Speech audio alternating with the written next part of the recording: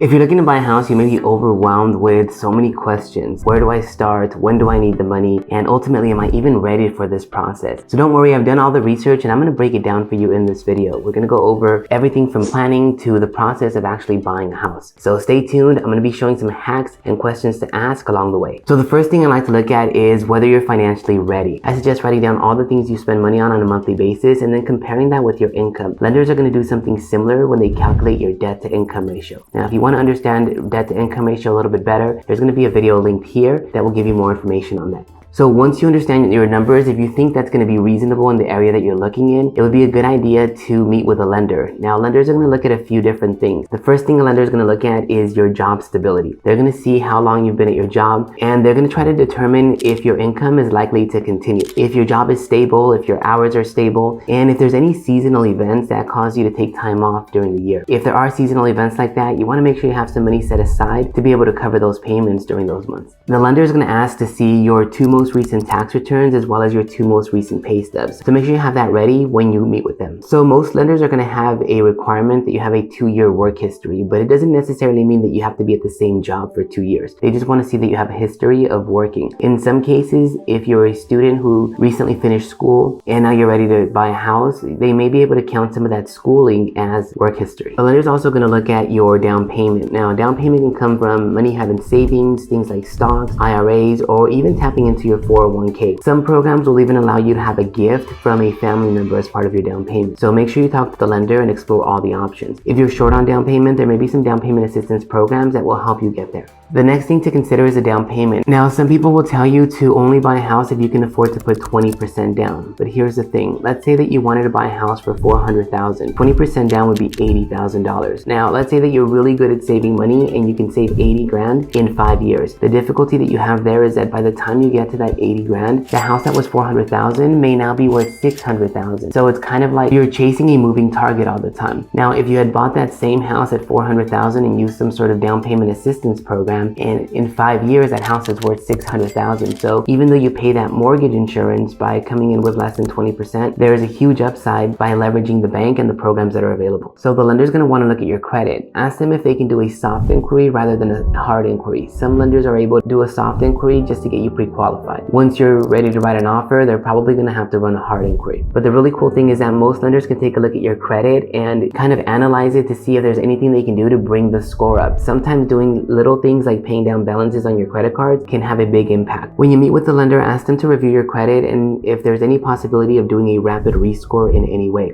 A rapid rescore basically allows us to pay some debt down and push that information back to the bureau so they raise your score. The last thing you want to do when you meet with a lender is make sure that all the numbers work for you. So the two numbers that you're going to look at that are important is your monthly mortgage payment and the total out of pocket. When you're looking at the monthly mortgage payment, make sure you look at the payment as a whole, not just the mortgage payment. You want to factor in things like property taxes, homeowners insurance, and mortgage insurance if the program you're using requires it. When you're looking at the total out of pocket, you want to make sure you consider your down payment, your closing costs, and any points that you may be paying. Your down payment is going to be a set amount that you've already agreed upon, and your closing costs are typically going to run anywhere from 2 to 5% of the total loan amount. Make sure that when you're looking at closing costs, you're looking at escrow fees, title fees, attorney fees if you're in an attorney state, and even things like your impounds. Impounds are going to be the reserves for your taxes and insurance to be paid included in your mortgage payment. So when you're looking at the closing costs, make sure you look at everything as a whole. The last thing when talking to a loan officer, make sure that you're working with a loan officer that's local in the market and understands the area. Sometimes when you work with those big box lenders, they don't have appraisers who are local and they don't really understand the market. It can end up costing you a lot of money by trying to save a few bucks. So once you've met with the lender and you're sure that all the numbers work and everything looks good, the next step is to meet with a real estate agent. Now be really careful here. I know we all have an uncle or a cousin who has a real estate license and does it part-time, but choosing the wrong realtor can cost you thousands of dollars. So my recommendation would be to look at reviews, look at production on sites like Zillow, and ultimately check them out on social media. If they seem like they're serious about their business and they're always active, it's going to be a good idea. Once you're pre-approved and you've chosen a realtor that you like, you're going to start looking at homes. I suggest writing a list of everything that's important to you on the house and reviewing that list with your partner or spouse. You want to make sure you're on the same page. Once you have a list together of all the must-haves, list them in order of importance. That way, if you have to kick something out, you know where to start. Make sure you share that list with your real estate agent because it's really important for them to know what you're looking for and what your top priorities are. It will definitely help them in their search, and sometimes they'll catch things that you may not be aware of. So when you find that house and it's time to write an offer, understanding how to negotiate is going to be very important. If you're buying a house in a market where there's a lot of buyers and not a lot of sellers, you're going to want your offer to be super strong. There's some exceptions to that rule. A couple of things to pay attention to when you're looking at homes is, number one, days on the market. The house has been on the market for a long time, like 100 days or more, you're going to have a better chance negotiating with that seller as they may be getting a little anxious. The second thing to look at is a cost per square foot, and it's going to be listed on most sites. You want to look at how much it's costing you per square foot of the house and kind of try to gauge if you think it's worth paying a little bit more or a little bit less for the house and the amenities. Once you write an offer, you're also going to be required to give what we call an earnest money deposit. Usually it's about 1% of the sales price, but sometimes it can be more. When you're writing offers, make sure you talk with your agent about what type of earnest money deposit you should offer. Sometimes if it's really competitive, offering a big deposit will put you on top. Now, the way the deposit works is when you open escrow, you give the deposit, and that deposit is held in escrow. At the end of the contract, anything that you have in escrow will get applied to your total down payment and closing costs.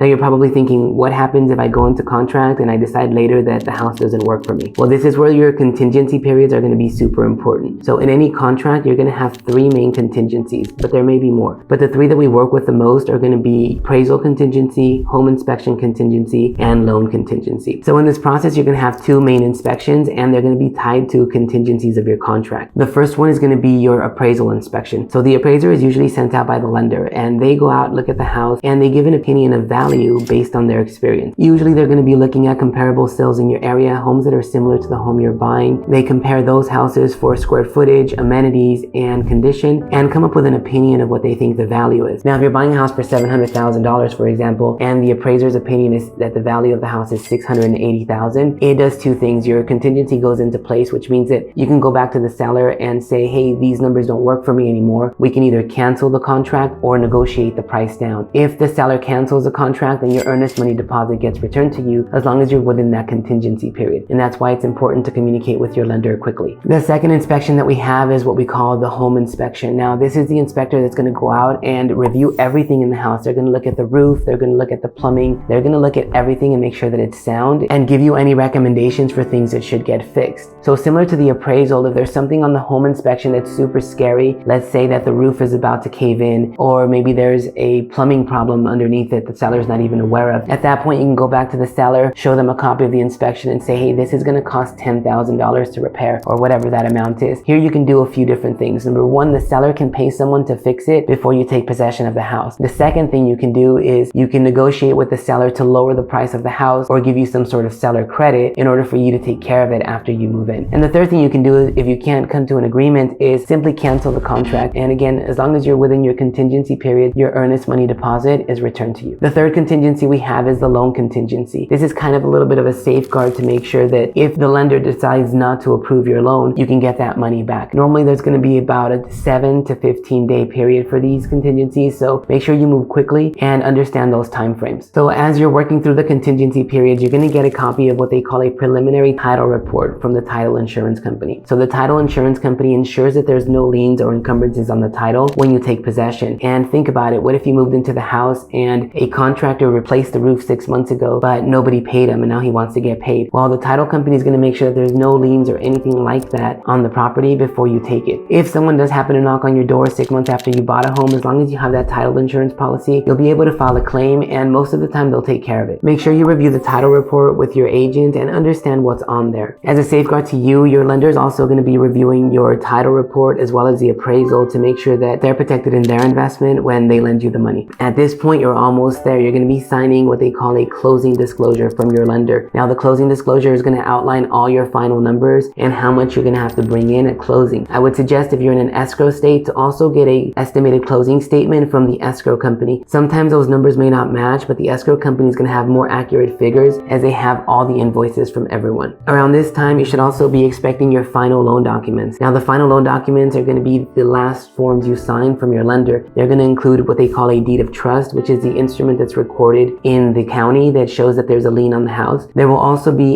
a promissory note, which is your promise to pay the money back, and all of the disclosures that are required through the state. Make sure you focus on the numbers here. The monthly payment should still match. The amount that you need to close should still match, and make sure you understand when your first payment is going to be so that you can prepare for that. You will be signing those with a notary public, so make sure you bring a valid ID and about an hour of your time. Around this time, you'll also be doing what we call the final walkthrough. Now, in this final walkthrough, you're going to walk through the house one last time before you take possession and essentially just do a quick walkthrough and make sure that nothing's changed. You want to make sure that you're getting the property in the same condition that you agreed to get it in. So sometimes when the sellers are moving, they can move their furniture and put a hole in the wall. Sometimes windows get broken in the process. So look at things like that, have your agent walk you through, and make sure that you're getting what you paid for. If anything's changed or there's been some damage, you can ask the seller to replace it before you close. Once the walkthrough is good, you sign your final loan documents, your lender will fund the loan. This means that they're going to wire the money that they're lending you. Now, the lender's funds normally get wired to the title company. The title company will then disperse the funds and get you ready for closing. Usually your transaction will close within 24 hours from when the lender sends those funds. So at this point, you're probably getting ready to be a homeowner. And after that, and don't forget the most important part of all this